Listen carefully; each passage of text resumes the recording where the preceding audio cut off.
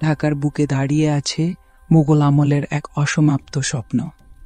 লালবাগ কেল্লা 64-9। মোগল সম্রাট আওরঙ্গজেবের ছেলে প্রিন্স মোহাম্মদ আজম বুড়িগঙ্গার তীরে এই বিশাল দুর্গের স্বপ্ন দেখেন, কিন্তু মাত্র 1 বছর পরেই তিনি চলে যান। তারপর আসেন সুবেদার শায়েস্তা খাঁ।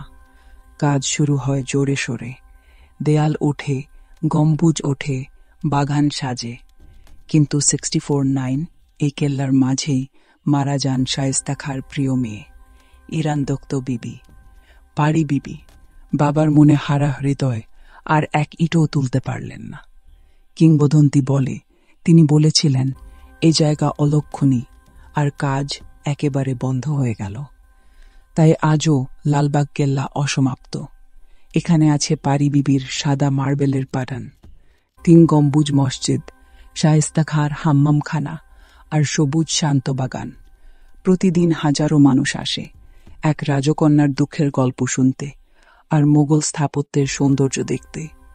400 বছর পেরিয়েও লালবাগ কেল্লা আজও ফিসফিস করে বলে, কিছু স্বপ্ন শেষ হয় না, শুধু অসমাপ্ত থেকে যায়।